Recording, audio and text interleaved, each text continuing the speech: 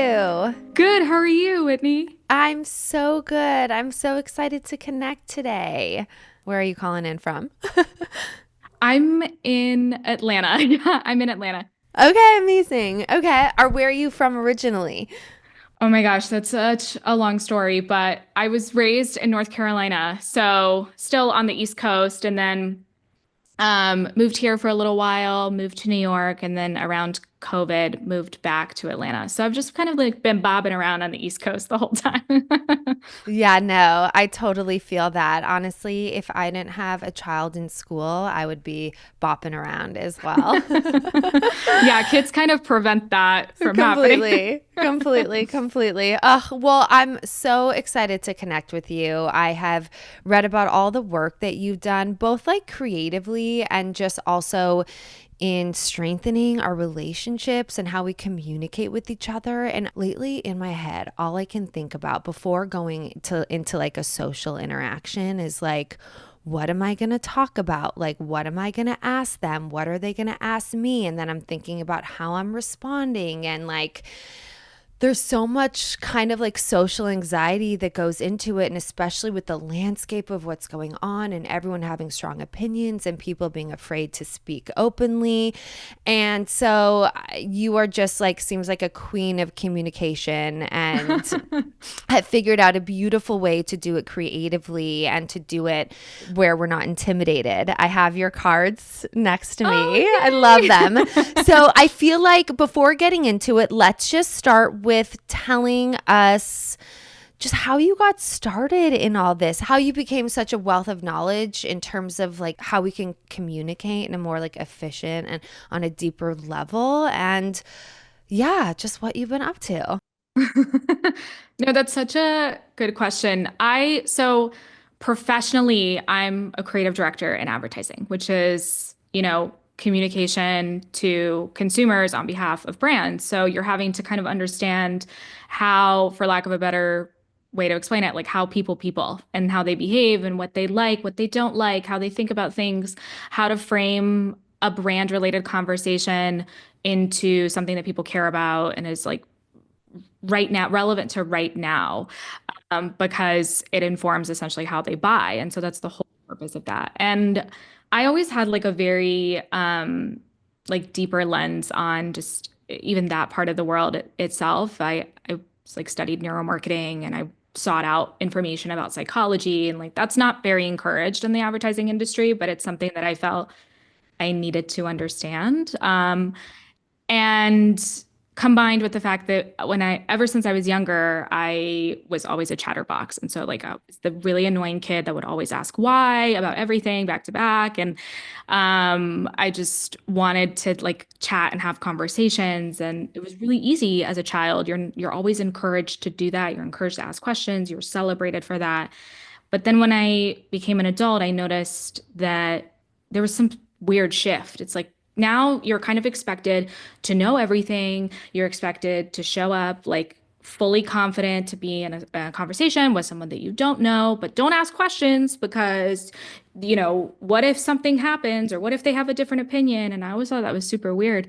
And so when the pandemic happened and we became like isolated completely socially, I was like, okay, for some reason became hyper fixated on just like how is this affecting our social skills? Like we're spending so much time on screen and we're totally connected to other people, but it feels like we're so increasingly disconnected from the real people in our real world. And I was going through it and I felt like I was going through it alone. And then I'm talking to other people and they have the same exact story. And it's like the same problem. And I want deeper connection and I want meaningful conversation.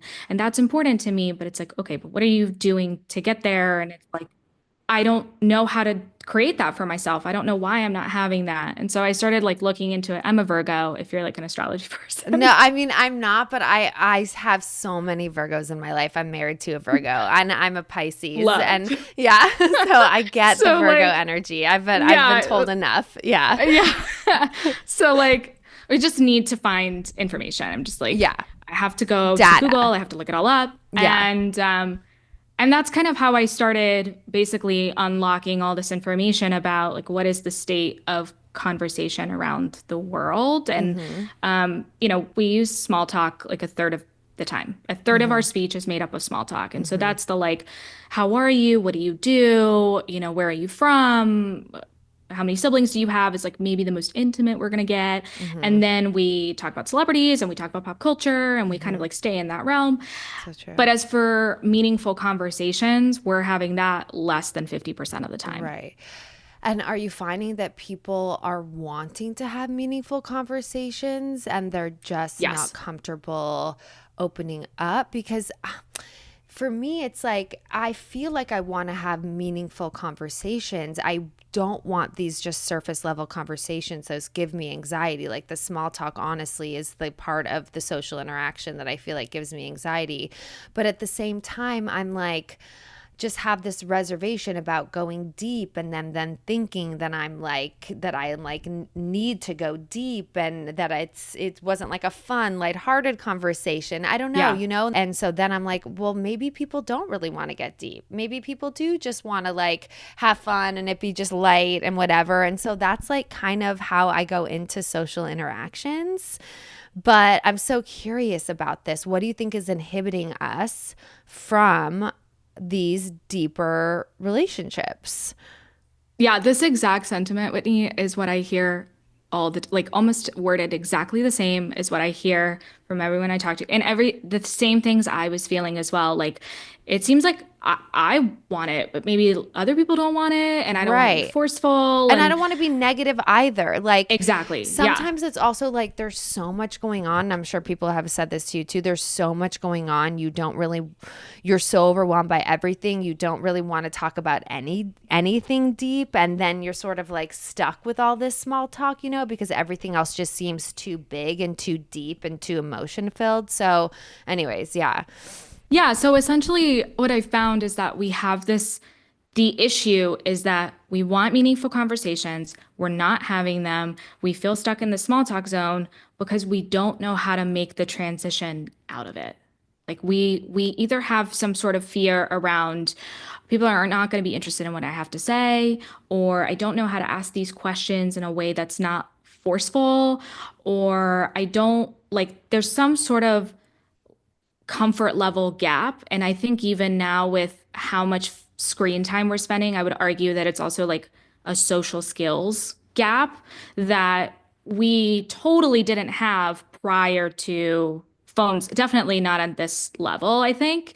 And so we're just kind of stuck in this, small talk zone is what I call it. And we don't really leave outside of that because I think we just don't know what to ask to Completely. transition out of it. And so that's essentially the problem that Off the Record, the game that I made, kind of Mm-hmm. addresses. Mm-hmm. It is a gamified way of helping you make that transition Mm-hmm. so that you are then like, okay, fully empowered now to have a conversation that's deeper, but you have also an opener if you need help opening it up. And then you have the follow up that allows you to like follow up on that same topic, explore it on a deeper level. And that way you're not hit with anxiety when you start a conversation and you're immediately in the back of your head while this other person is talking. You're like, what do I ask after? Right. Like, what do I say next? And you haven't even taken in what they have said.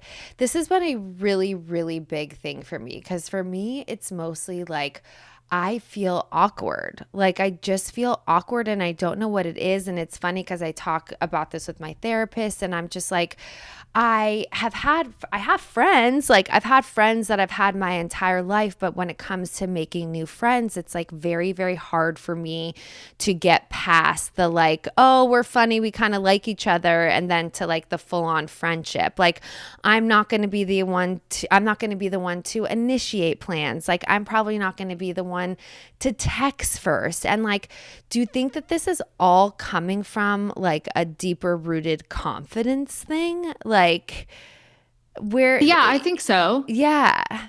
And it's something that we as adults have so much more than kids. Like I'm sure you've seen with your child that like they're so just No boundaries. It's like, he come over today after? And then he's like immediately asked, and there's no, with us, we're like, we have to think about, do we want, like, can we make it happen? Or no, of course. He's asking questions that are crossing like all sorts of boundaries all the time. And they're completely accepted. But we as adults have like, I mean, we have to censor ourselves a little bit and like think before we talk, but we also like we're censoring ourselves too much a little bit.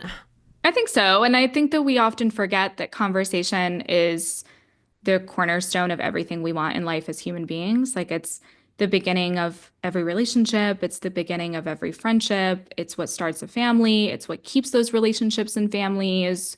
And then it goes bigger into like if you want to participate in idea reform or you want to change and impact the world in some sort of way, like that all starts with a conversation. And so all we want as people is just to feel connected to other humans. And there's a reason why we were not put on this earth by ourselves. There's a reason why we're around other people. And so I think, it's kind of this lifelong experiment of like, okay, I'm going to bond with some people, but I'm not going to bond with other people. But the most important thing is to talk and to share and find a way to break past that like anxiety and fear around, oh, people are not going to be interested in what I have to say, or they're going to be judging me for what I have to say. It's like, first of all, people are so much more self-centered, I think, than we I think. always have to remind myself that.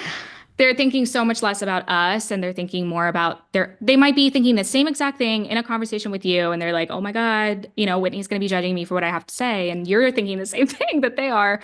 And so, yeah, I think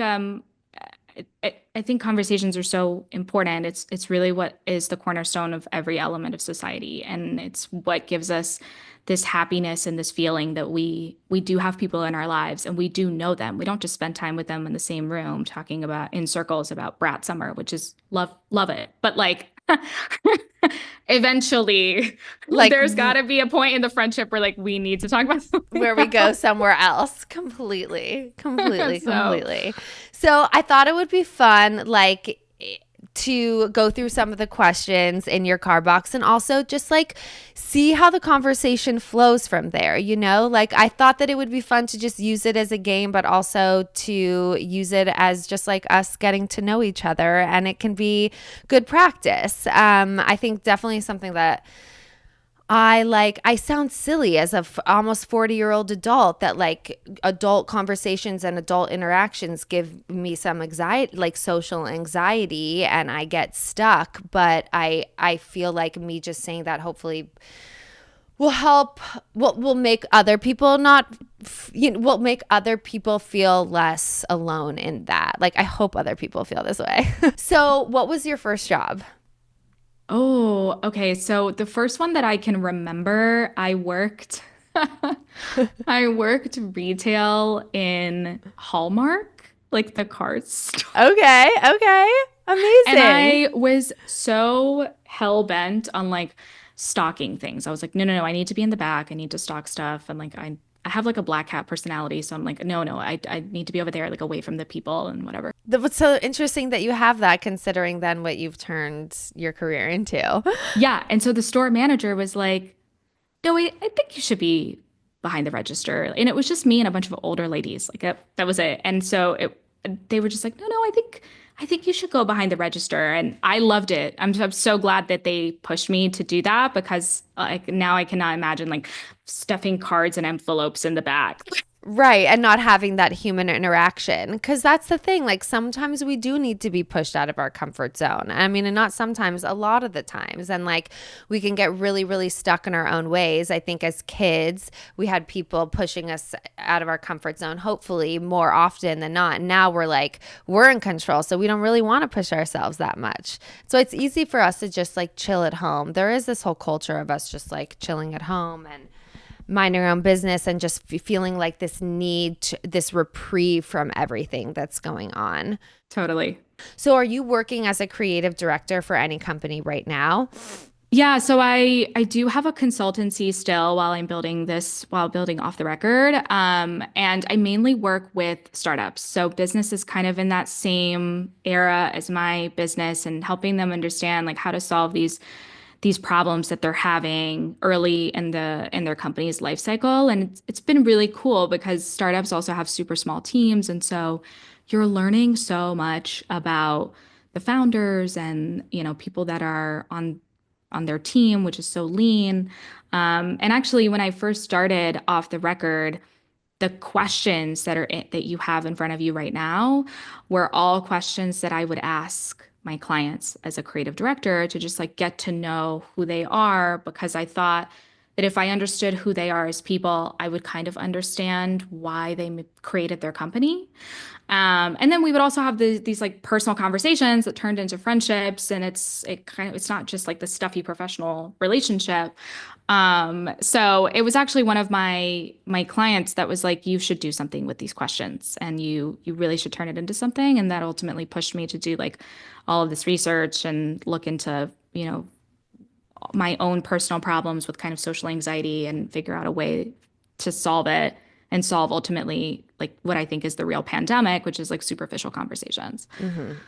So when you go out into the world and like you are about to have a meeting with someone new, or it's even whether it's like business or personal or whatever it is, like, do you have any sort of certain mantra or any kind of like chat with yourself before that interaction? And have you gotten to a place as like a two-part where have you gotten to a place where you feel like you've mastered your social anxiety going into interactions?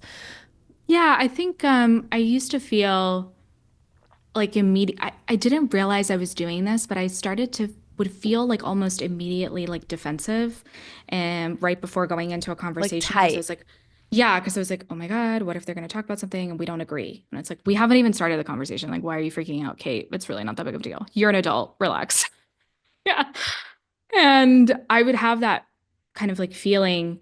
And um, I think it really was just like that. I don't know this person. I don't know everything that they think. Even friends of mine, I don't know everything about them, and I don't know always where they're coming from certain places. And I think just recognizing that like conversations isn't just like talking and giving each other dialogue. It's also creating a safe space for one another to share. And so when I kind of like came into it from that perspective, that like part of this responsibility of me having an amazing conversation with this person is also that I have to create a safe space for that and come in with like more confident energy, and whatever happens in this conversation happens. There's certain things I can't control. I certainly can't control somebody else's lived experiences and where they're coming from certain places. And I think that's especially important to remember now, because while it is very, I think, inspiring that people are having so many opinions about politics and healthcare and economics, especially today, some of these conversations can be a little loaded, and they can be a little like, no, I came with all the facts and you're wrong. And it's like, Extremes. Yeah. yeah, a little. And I think understanding that, everybody has a different opinion and different perspectives, and we're not coming into this conversation to change anything. We're just like hearing each other out is refreshing. Also, I think to the other person, because they may come in with that same feeling of like, oh crap, I'm gonna have to like defend my opinions and defend my views, and I'm Or gonna like have perform. exact perform or like dumb myself down or be relatable, whatever all of that means. And This is all what I do, like yeah. all the time. And like I'll even go into a conversation and try to be like, I'll try to take deep breaths and be like, don't try to, you don't know what this conversation is going to be. You don't know. I don't know. There's just all this anxiety that goes into it. And then I feel like I psych myself out and I rush myself out of the conversation because I like don't want to be in it. You know what I mean? hmm I think also maybe it might help to think about it as like anyone sharing anything with you, like that's kind of an honor to receive that. Like them feeling open to share with you, and you in the same way, like opening up to share things about yourself, regardless of how deep it goes. It's an honor to receive information from someone about themselves, because of how often we choose not to do that. And so I think like it's all about really kind of the energy that you also put out in these situations. And that goes both ways. So sometimes you may be in a conversation with someone that the energy that you're putting out is kind of like they're putting out is kind of like, I don't feel comfortable around this person to share. And it's like, yeah, maybe then it's not worth forcing anything. But I think a lot of these kind of like nonverbal cues and the body language and all of that, I think a lot of that got so much affected by us being physically isolated from one another in COVID, especially, in LA and I was living in New York. And it was just like, you're not there developing that really important cornerstone of conversation, the like nonverbal stuff and the body language and the reading of energies that in some ways I feel like we're coming out of like a dark age and kind of relearning that a little Relearning bit. how to communicate. It's so true. And making sure that our kids are starting off on the right foot too with all of that and learning those social cues and the importance of like emotional intelligence and all that stuff. It's so important. Okay, so getting back to my questions, but your questions actually. So okay, I'm like, I don't really want to put you on the spot that much. Like, Oh, it's fine. I can handle it. I know, I'm sure that you've answered all of these questions, but what would you say? Okay, what would you say are some of your biggest fears around friendships? That's a really good question. Mm-hmm. I would say I think maybe being judged without being heard, Yeah. like fully being heard and where I'm coming from on certain things. I've kind of experienced a little bit of that in the current political climate. And interestingly, I thought I would feel just really sad about it. But I don't really. I kind of try to understand. And it's like, it's not something I can control, and it's okay. We're going to have differences, and maybe we were meant to evolve, and that's all right. But yeah, I think it's usually kind of the biggest one that I think will always be something we experience is just that initial fear of like, maybe I'm not going to be heard and it's just going to be taken at face value with no additional questions and no additional like exploration of where I'm coming from. So that, and then, yeah, I think also in general, like when you're somebody that's like an empath, and even when you're somebody that prioritizes like intelligence, sometimes I feel sharing both of those qualities, I feel like I have to like dumb myself down a little, or I have to make myself smaller to make other people feel comfortable. And I don't really love doing that. No, same. I do it without even noticing that I'm doing it. Yes. And I have to like, that's something I always kind of have to work on. And I immediately still get a little nervous about. Is that like, oh, what if I have to be in a social setting where I feel like I have to perform and I don't want to do that. I just want to be myself and feel comfortable to be myself. Yes. But again, it always goes back to like, maybe that's just an interaction that's not for me. You And maybe maybe. that friendship is not for me. And that's Yeah. like, that's okay. And there's something I learned from that and I can take that away. But yeah, that's mostly, and then, forming friendships to think about the fact that like maybe I'll lose this friendship. It'll become like a really good friendship. And then what if something happens and I lose it? And that's like, I try not to worry about that immediately, but it's scary. Definitely scary. I like feel so deeply what you were saying about people not necessarily like understanding you, even the people that know you really well. And I have felt this with a lot of lifelong friendships and with my sisters too. Like, I feel like somehow I got pigeonholed into a certain way that I was, or that my sisters think I am, or that my friends think that I am. And like, I fully believe that we have the ability to evolve and change and become different or even better versions of ourselves. And sometimes I still feel like I I wonder whether they view me still as this little girl, or whether I'm afraid that they view me as this little girl and I'm thinking about Oh, it too much, you know? Or do I view myself still as this little girl who hasn't changed, and do I need to evolve and accept myself? But like, it's so interesting. Like, even my best friends I'm thinking about that have known me my whole life, sometimes I'm like, do they even really know who I am like right now? And that's like kind of to feel, you know? Yeah. I'm kind of curious if you've had any, like, did they ever explicitly say something that made you feel that way, or is it more like an energetic type of thing? It's just more like an energetic type of thing. Like my life changed a lot. I think like at when I was 20 years old, I started to be on this TV show, and they had known me since I was a little girl. And then like 5 years later, my dad passed away, and that really heavily impacted my life and my energy and the friend that I could be for them.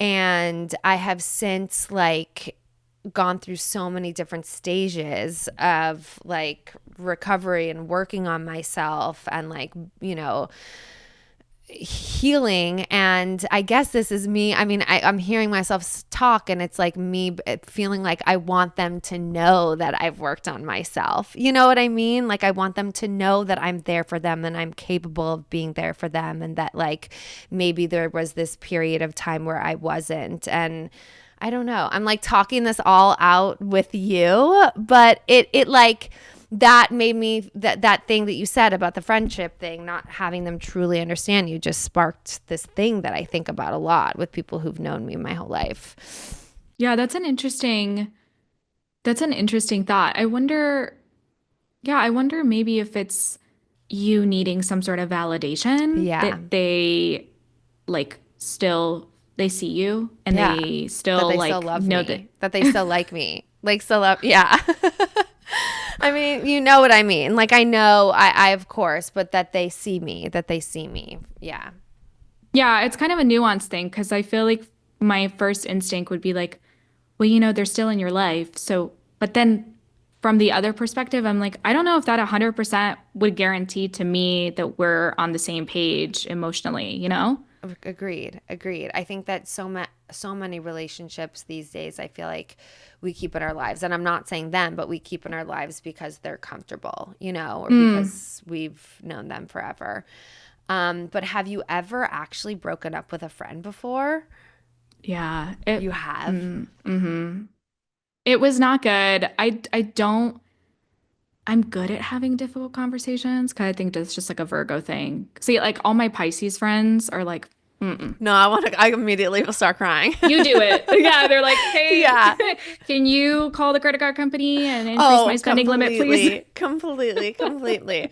I'm like, why is it so hard for me to do certain things? And it's like, oh, it's because like it's not in my nature. Please, someone help me. Which honestly, I love using astrology to explain that. I'm just like, well, I don't know, I'm a Virgo. Justify all our flaws.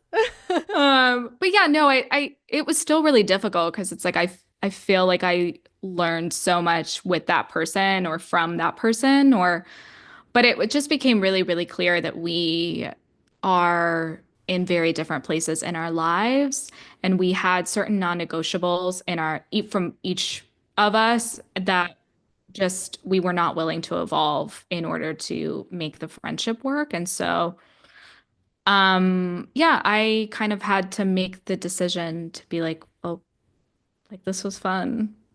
Yeah, how did you actually say it to her? What did you say?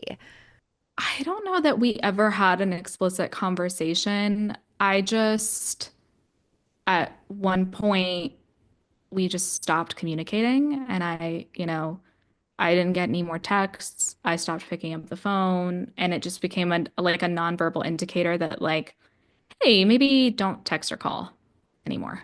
I don't really block people. I just kind of was like done initiating any communication. Yeah. Yeah. I I think that can be necessary. I think it can be hard to do, and it doesn't have to be like a whole breakup situation. No, And yeah. people don't, this wasn't like a relationship where people need closure and you need to, you know what I mean? Like sometimes things can just evolve through time into Exactly. like the space evolves into what it is meant to be. Yeah. Yeah. And you get to a point where it's like it becomes, I feel like it's healthy when you're like, okay, I wish you the best. Like, I wish you nothing but happiness, and I want you to have nothing but the most incredible life. And I hope that you get everything you want. And I hope that you find a friend that's an incredible friend to you. And I hope that you find the love of your life. And that's all. And I remember for a while, I realized we were like still following each other on social media. And I would see posts and be like, I'm just so happy for you. And that's when I was like, okay, I feel like I've healed and, I've taken things from that friendship and I will always carry things from that friendship. But at the same time, I'm really happy that we made this decision and that you are living a fulfilling life with other people. And I love that for you, you Yeah, know? yeah, yeah, yeah. I had a similar experience. I had something out of college where it was a similar type of thing where it just like naturally evolved into us not talking anymore. And there would be points where I would miss her, but I really think we both felt at peace with it. And now, same, like I'll see things, I think she had twins and like her family growing. And I'm like, I love it. Like, I want nothing but the best for her. And I even think about our times together and I'm like, gosh, we had so much fun. Like, what a fun time. But do we need to be best friends? No. And that's totally okay. Yeah, Yeah. for sure. Describe your safe space. Oh, Just like whatever comes to your mind right now. this is so maybe not safe for some people because they're like, this is literally a public space. But for me, it's the airplane. Like I feel so safe in my head on an air. That's like the weirdest thing to say right now. I think there's like a lot of plane crashes, right? So this is maybe No, like but not it's politically okay. correct to No, say. but this is one of those things where it's like you're in a safe space. You know, I'm not going to judge you. Like, I know Yeah. where you're coming from. This, like, we get it. We get it. We can go Yeah, there. but it's just something about just being safe in your mind on an because there's like not really another choice, like yeah, you could get the Wi-Fi, but the Wi-Fi is not going to be great. And you could like totally watch movies, but you're still like thinking about things. And there's something about like I just feel like I come up with like my best ideas on a plane because I just have an endless amount of time to just deal with my thoughts. And that's kind of it. So I don't know. I feel really safe in that kind of mental space, but other than that, it's honestly really just my home. I feel like I've done like a good job of trying to curate a space for myself where this is somewhere that I can be creative and I can have fun, but I can also just like come to an equilibrium emotionally. And so I don't know. Those would probably be the first things I would say. What about you? I'm kind of curious about you. Well, yeah, I was gonna say your plane made me think about like my space where I feel the most like at peace with my thoughts and can think clearly is really in the shower because I feel like I feel so alone. I feel like so vulnerable. I'm doing my ritual, which feels very second nature. I don't really have to think about it.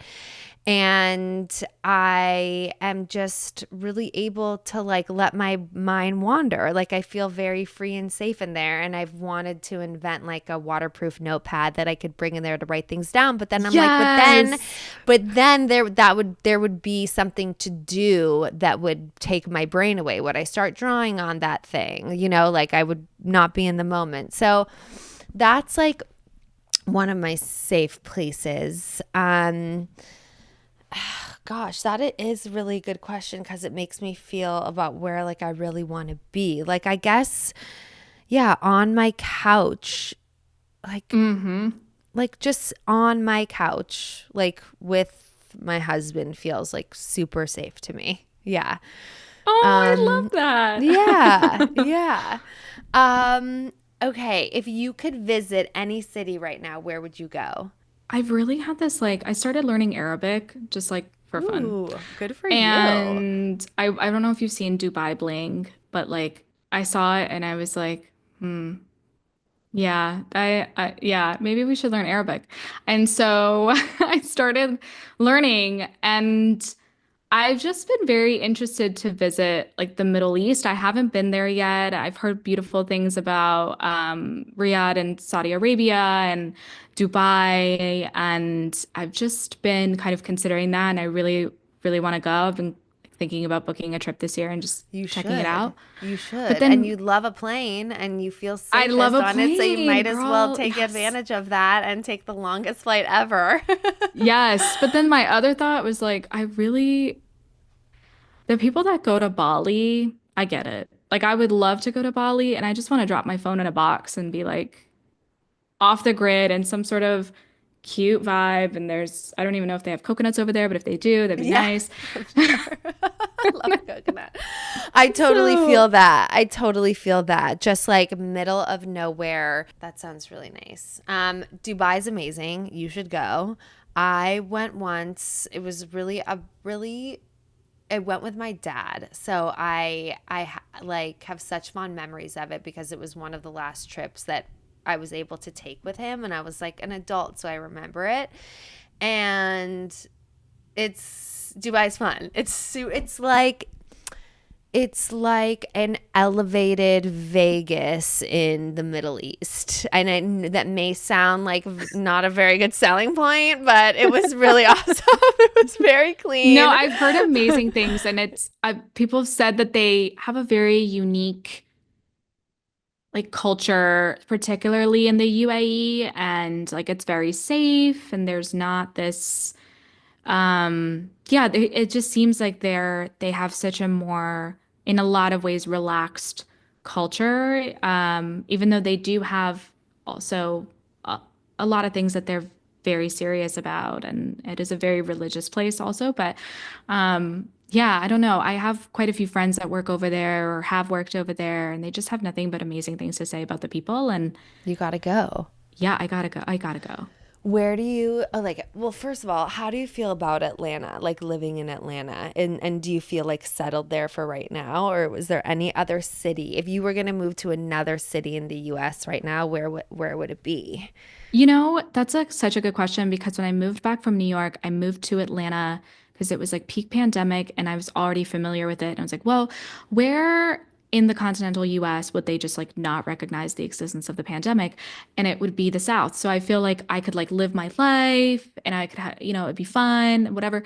And in the meantime, I was actually thinking very seriously about moving to LA. I was like, oh, I'll just go over there. And I thought, I wanted to have this whole like career and identity in advertising. And that was like the other hub besides New York. And then it's been nearly 5 years and I haven't gone. And so, I like Atlanta. I think it's an interesting place. It's growing so fast. There's so much like rich culture here that I think is so underrated. They have the music industry over here. There's like production and movies filming and all these And creative really good people doing, food. yeah, food culture is amazing. And I'm a huge food snob, which I understand may get some eye rolls, but like I love a Michelin starred restaurant. I mean, I get it. I don't even love food in that way and like appreciate it so much. I get it. Yeah, so it's just there's a lot of development happening here and so many different types of people and opinions. But in the same time, it kind of has the problem of every other city too, where the neighborhoods are like a little spread out and you kind of get forced into these like echo chambers of depending on where you live. And so, but yeah, I mean, we have the airport here and I travel quite a lot, so I'm just like, I love being 15 minutes away from Hartsfield-Jackson International Airport. You And can get anywhere so quickly and you're east over there. I'm yeah, envious of that. Yeah. yeah, Yeah. but yeah, and it's such a different vibe across every neighborhood in Atlanta. You can get so many different perspectives depending on where you go. So it's like mini cities within a city, which is so cool. Yeah, that's like LA too. Like all the neighborhoods are like mini cities here as well, and they have like their own little identity, which Exactly. yeah, it's nice. But then again, you kind of get boxed in, and the city's so big, you're not like if you are driving around, you're kind of in your car all the time. And there's that car culture where we're again just like isolated in our cars day to night, morning and evening, when people in New York are like whether they're on the subway or they're getting drinks afterwards, like there's more of a communal situation going on there, which like I tend to yearn for. Mm-hmm. Like I love that. I feed off of that kind of energy. So that's why sometimes LA can feel like just so isolated for me. But um yeah, I mean LA is in such a crazy place right now. Like I wouldn't recommend necessarily thinking about coming, but it's also I have found I really do think like in the hardest of times comes like the most creativity and inspiration. So I feel like we'll be okay. LA will be okay. Okay, this is a fun one. Tell me your dream celebrity parents. Oh my God. Okay, this is a really difficult question for me to answer. And every single time I'm like, fingers crossed, no one asks me this. Oh my God, LOL. I, oh, if I had to like really, really think about it, I have actually like a amalgamation of two couples, and I would take either one of them. wait, what are Um, yours? so Obama and Michelle, and Kurt Russell and Goldie Hawn. And I think my ideal match would be Obama and Goldie Hawn. Oh my God. Yeah, you do kind of look, you and Goldie have a little We have that. a vibe. Yeah, I just you feel could like totally be like, I'm related. I'm related to her. right, right. Yeah, I don't, that's a good question. I think, um, hmm, I don't know, because I That feel like it's like I know celebrities, but when you put me like on no one enough that you're like spot I to really ask want them, them. I'm like, Yeah. what are they? Who What are they? Who celebrities are you exist? really? Yeah. Yeah, that's a good question.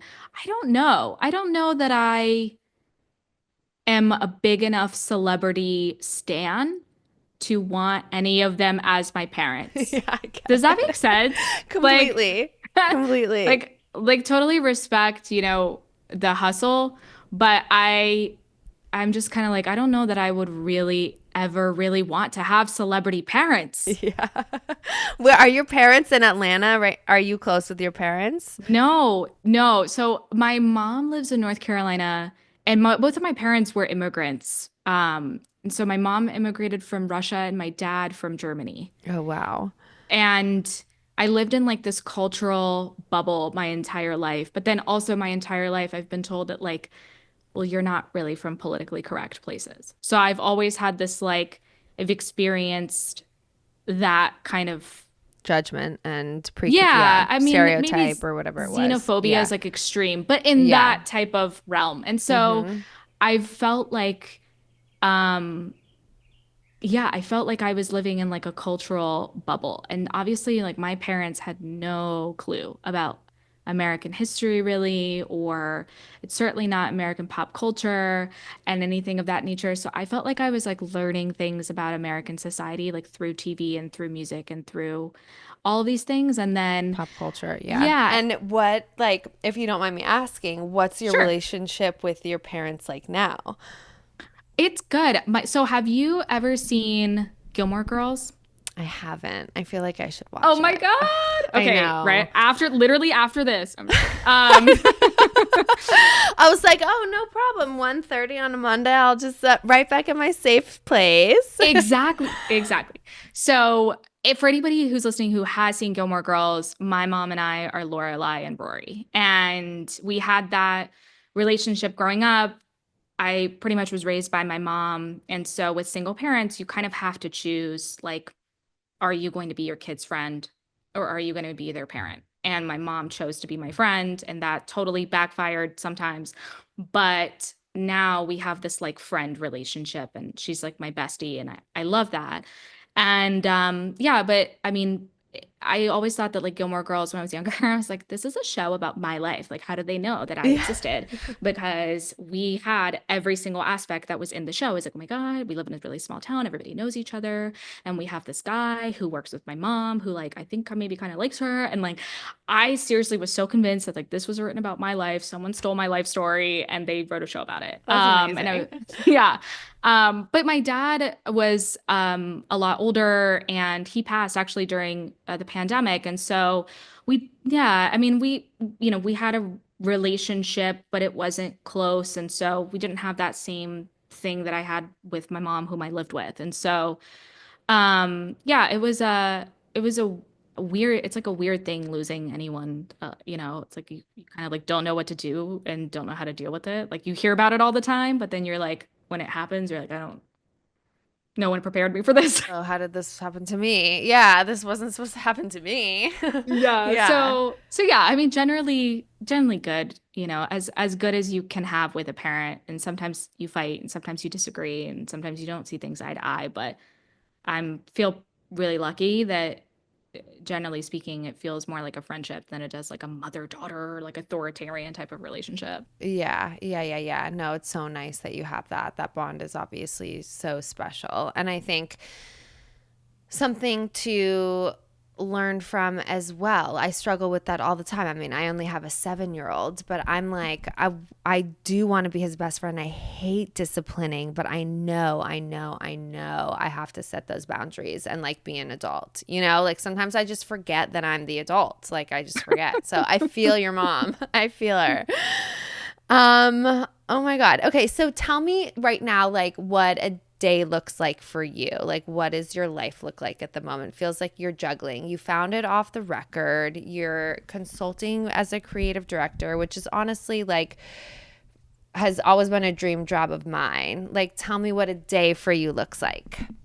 It's never boring. The plot is always thick, which is great. Like I need that. But yeah, I have a few different clients and they're all in very different sectors. And so I feel like I'm learning all the time and I'm someone that loves information. So I'm like, please feel free to tell me facts and random things that you know, because it just like I love that. Mhm. One of my clients is in the healthcare space and they come from private equity and I'm like, whoa, this is so interesting. I mean, creative directors are so different in Mhm. different parts of.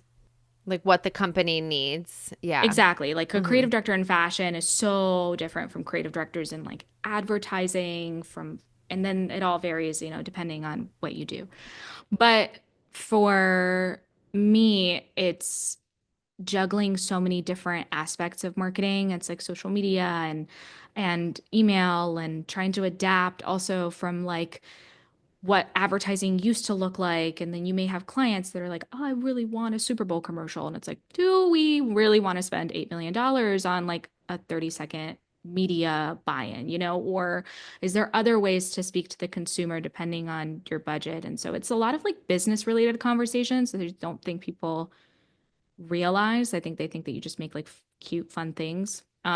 Most of my conversations are like, what are the revenue targets and the profit targets? And it's like, I'm spending more time in an Excel spreadsheet than I ever thought I would in my entire life. I feel like when I first started in the industry, I could open Photoshop real quick, but Excel, Not so much. my day is a lot of meetings, it's a lot of phone calls, and it's a lot of interacting with different personalities and managing different types of people across being a creative director, but also having my own brand. But at the same time, I asked for that. Like I asked for wanting to have more of those interactions and wanting to um, do those things. And so, yeah, it's hard to describe a day in the life because it varies so much. It just really depending on what's going on with a client versus what's going on with my own brand. Yeah, no, completely. I think that like I try to ask people that on this podcast, like what a day looks like. And it's mostly people are like every single day varies, but there's usually some sort of like rough outline based on their productivity and what works for them. But I think what's most important is like where in the day you are making time for yourself and what it is you're actually doing for yourself in those times. Yeah, I always build in time to read in the morning and in the evening. So like I don't get on my phone first thing in the morning, or I try really hard not to. And I always go to bed not having looking looked at a screen. So like I'm in a book because I feel like I definitely get tired.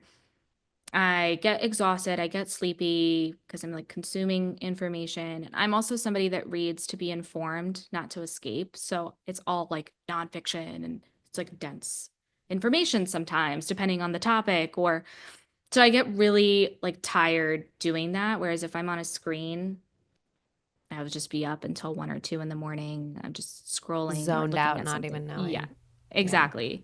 So those are things I really prioritize, especially this year, is to like less screen time and more like in a book or consuming some sort of information.